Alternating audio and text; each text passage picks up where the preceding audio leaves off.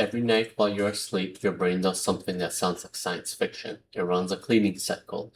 A network of channels floods your brain tissue with fluid. It flushes out the toxic proteins, the same proteins that build up in Alzheimer's disease, and then it drains them all out of your brain entirely. This system has a name. The name is glymphatic system. It is almost only works while you're asleep. Here's the problem. 1 in 3 Americans gets less than 7 hours of sleep a night. Most of them don't feel sick. Most of them function well enough at work. Most of them no idea that every short night is leaving them a little bit more toxic waste behind in their brain. And that waste accumulates for years, for decades. By that time, it becomes a memory problem. It's already been building up for too long. My name is Dr. Igal Mirman. I'm a board-certified neurologist, and today I'm going to show you exactly what's happening inside your brain on short nights. It matters more than any other lifestyle factor we've covered on this channel. And most importantly, what can you do about it starting tonight? All right, let me explain the glymphatic system in plain terms. Think of your brain as a city. It produces waste every single day. From just normal work of thinking, remembering, functioning, one of those wastes produces a protein called amyloid beta. Another one is called tau. You've probably heard of them before.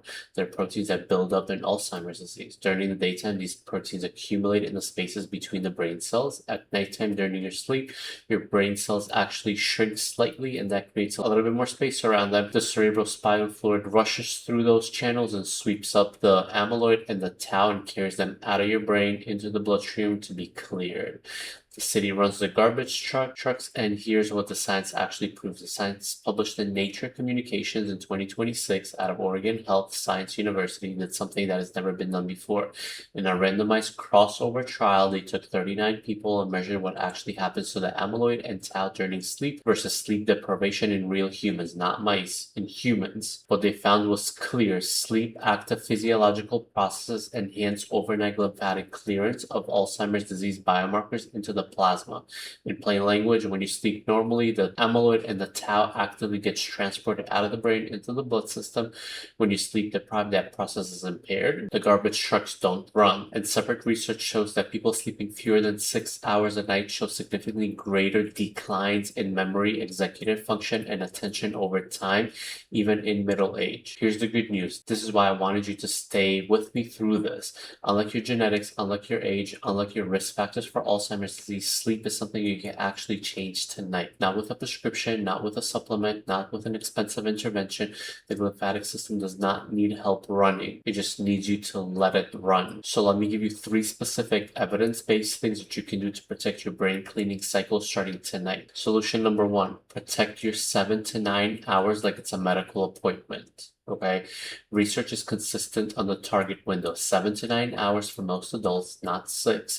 Not I feel fine on 5. Feeling fine is not the same as your brain being fine. The glymphatic system does its deepest work during slow wave sleep, restorative stages that only happen when you sleep long enough, uninterrupted.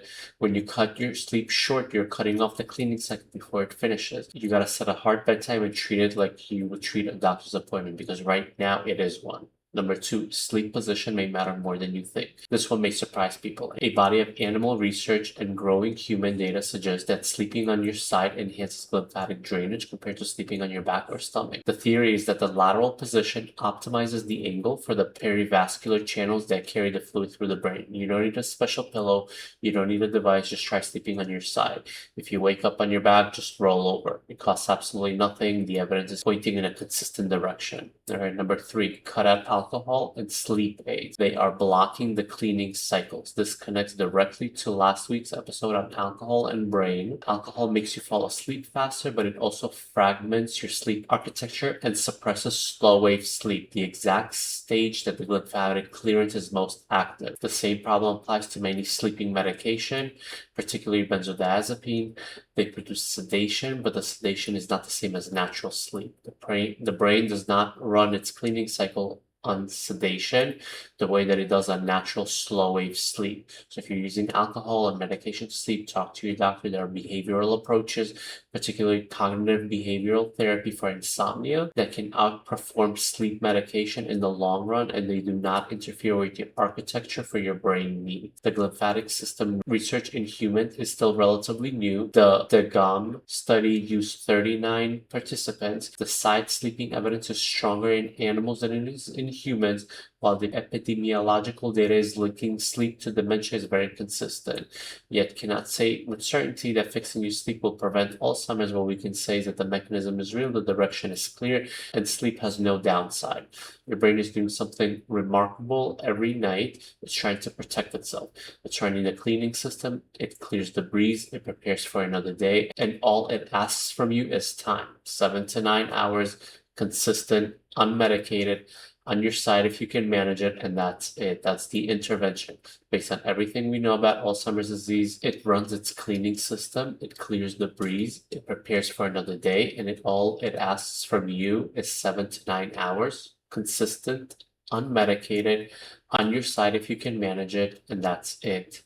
That's the intervention. Based on everything that we know on how Alzheimer's disease develops, starts silently, decades before the symptoms. What you do tonight is not a small decision. If you found this video helpful, share it with someone who says they function fine on 5 hours of sleep. I'm Dr. Igal Mirman, and I'll see you next week on Lifestyle Neurology.